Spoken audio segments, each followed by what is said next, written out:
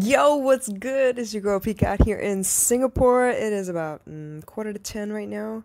Sunday night, got baby girl in bed at a decent time. I'm doing better, I'm getting there. Got her hair done. I actually sat down and thought about how to film this whole damn thing, right? Because I'm trying to do this vlog piece.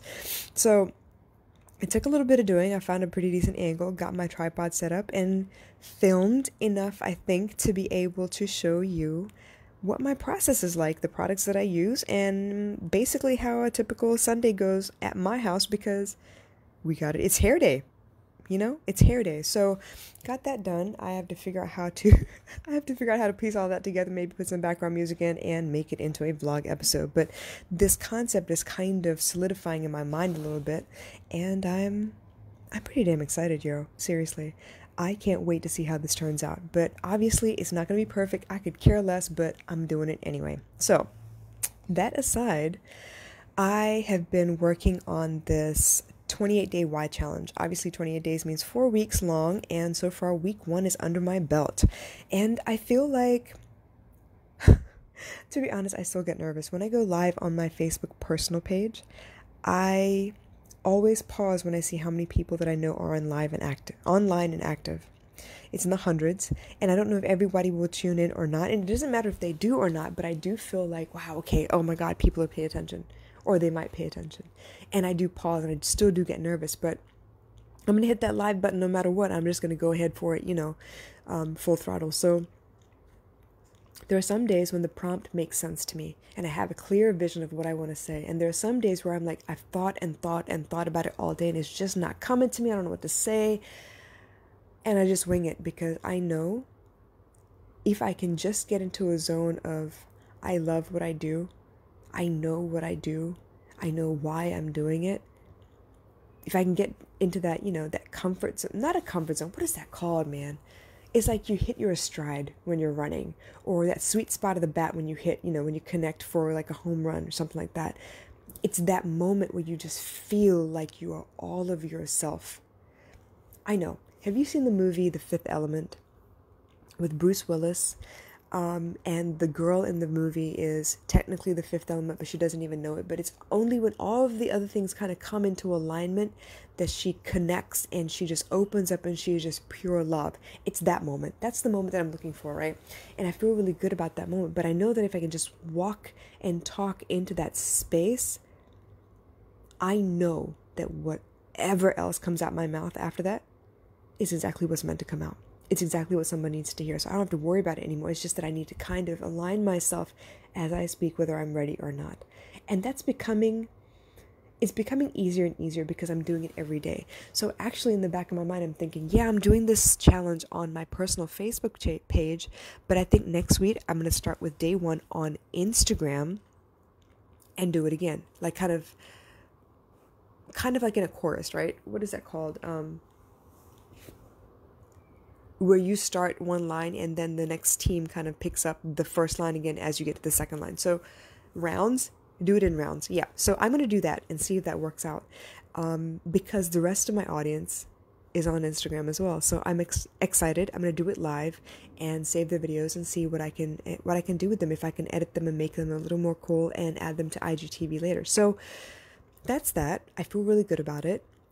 It took me a while to kind of get my groove, and I'm starting to remember that if I were to go and engage with everybody before I get on live, people tend to get notifications that I responded to their things before they suddenly see that I'm live, and they're more likely to listen to what I'm saying. So that's something else I need to keep in mind. But more than that,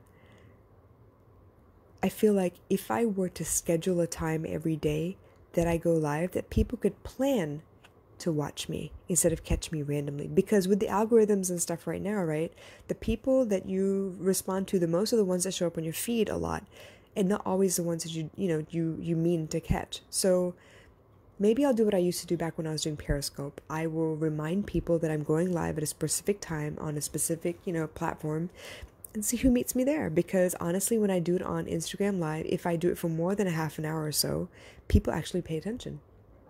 People actually show up. And if they could just predict when I would be on next, I think it would be even better. So I'm going to go ahead and work on that. We'll see how that goes. But back to the topic at hand. I entitled this My Favorite People. And the reason I chose that is because this has to do with my ideal client, the people that I work with best.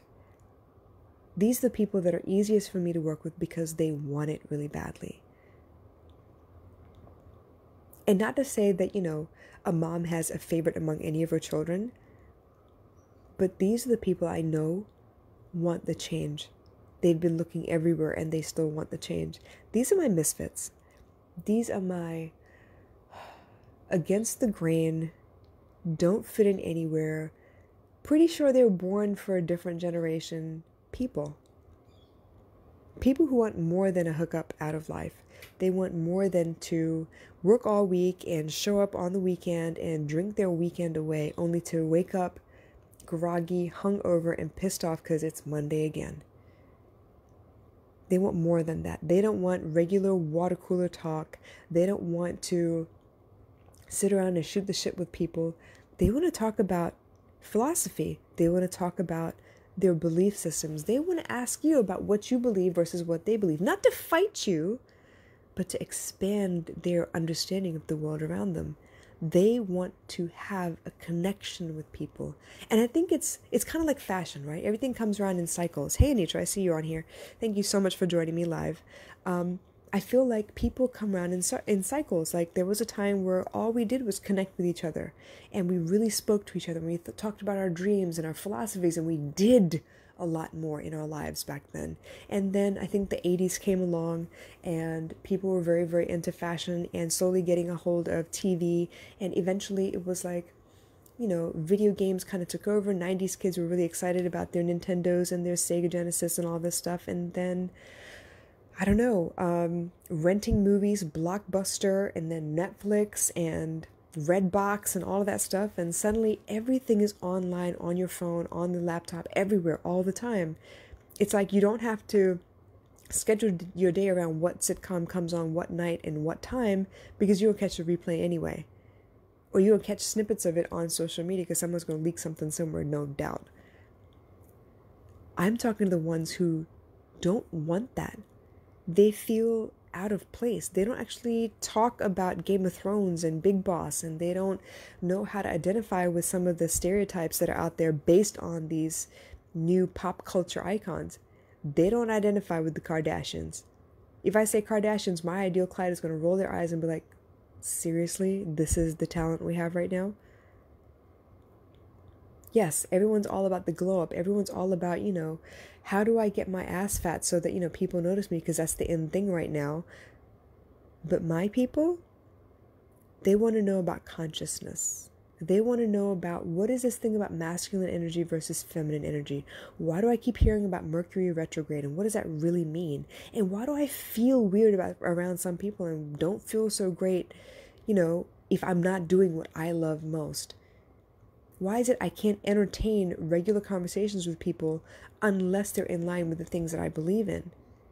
How come I can't work for people that don't have a real vision? They just are a taskmaster and they want to force people to do what they think is right, rather than have people around them that could elevate their game too. Those are my people. Why? Because that's me. And I love me. Don't get me wrong, there are aspects of me and all these other people as well. Yes, I can get lost in talking about Lucifer. I can. And I was a Gossip Girl fan, and I was watching Pretty Little Lies for a little bit there, and I do love me some good Indian movies, and I do fall for, the handsome hero in some of those movies too. Right now it's Allu Arjun, I'm not going to lie, he's gorgeous. But I'm also more than that. I'm not here to hang out and have a fling. I'm not here to talk to you for 3 weeks straight, day and night, all the time messaging and calling and stuff, only for you to suddenly ask me for stupid pictures and then wonder why I won't return your calls or talk to you after that. I'm not that girl, y'all. And so I understand when there are people out there that want more of a connection. They want an intellectual stimulation. They want to have mind-blowing conversations where someone introduces a concept that they had never considered, and they're like, whoa, damn, I never thought about that like that. And no, we don't have to be high to have these conversations either. These are just general conversations. This is every Tuesday for us. So those are my favorite people. Because they understand that, yes, they have emotions. And yes, other people around them have emotions. But my emotions have nothing to do with you, and your emotions have nothing to do with me. And if you feel like picking a fight because you're upset, I know that I can refuse and walk away and not feel bad about it. I know that there is a difference between being goaded into a fight or an argument versus recognizing that you got something going on and it has nothing to do with me, and I'm going to walk away before you keep trying to upset me, to join your vibration. Those are my people. Those are the people I'm talking to. Because those people want the change so badly, they will actually put their ego aside and listen. Everybody wants change. Everybody does. People are real quick to complain about what they don't have and why they don't have it. It's always someone else's fault. Have you noticed that? Someone else's fault why they don't have what they have. If somebody had just given me a break, and if somebody had just done this, and if I had just, if you would just pay attention to me. Those just people, they want change. But those kinds of people are very reluctant to put down the things that are hurting them in order to get the goal that they're after. You want to make your side hustle into your main hustle, but you won't quit drinking every day of the damn week, every chance you get, because you like the atmosphere and the people you hang out with when you drink. You want to be the best fighter in your class. Maybe not the whole world, but in your class. But you're not willing to stop eating junk every time you see it in order to make sure you have the leanest, meanest body out there. You want to be a great mom, but you can't put down your phone and be present with your child and just have fun with them for the hell of it, because this means too much. You want to know what everyone else is doing. You want to know what the latest gossip is. As much as I love those people too, they're not my favorite people. I don't mind. I've helped plenty of those people before. They're a little tougher. But my favorite people are the ones who are ready to change right now. They done tried everything under the sun. They've asked their mother, their father, their cousin, their best friend's twin sister. They've asked everyone. They've paid attention. They've read the books, but for some reason it's not clicking. I'm like tuition for them. I'll give you the Cliff Notes version. I'll give you some practical advice. We'll see if I can't connect you to what you're not getting all of a sudden. Based on the things you already like. Let me put it in terms you can understand. That's where I come in. Those are my favorite people. And it took me a while to figure out who my favorite people were, but you know what? It was essential to my business. The beautiful thing about marketing is when I speak, when I write, when I post, I need to make sure that I'm speaking to the right people. Oh, I can make blanket statements just like the rest of them. I can make blanket statements about Mercury retrograde because nobody really knows what that is or understands what exactly it controls, except for a very small group of people. I can make blanket statements like, oh my gosh, don't no woman need a man because you can handle everything by yourself anyway. And chances are, if you cut him off, he handed you the scissors. But that is a blanket statement. What I need to make sure that people understand is I'm speaking to the people who have tried everything. They tried to make it work. And what they realized was they were having a relationship by themselves. They were having both sides of the relationship. They were having both sides of the conversation by themselves because the other person was not present.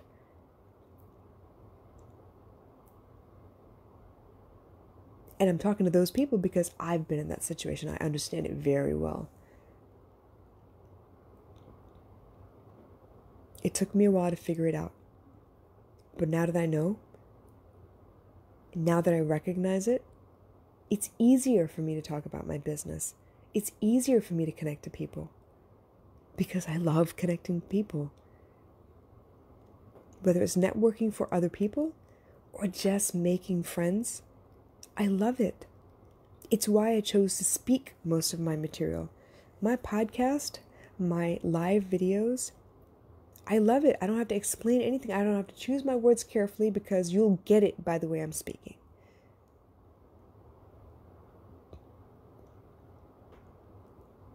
I love what I do.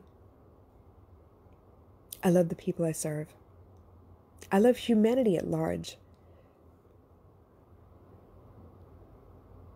And I'm one of those people that feels like if I learned how to do it for myself, I have an obligation to teach others.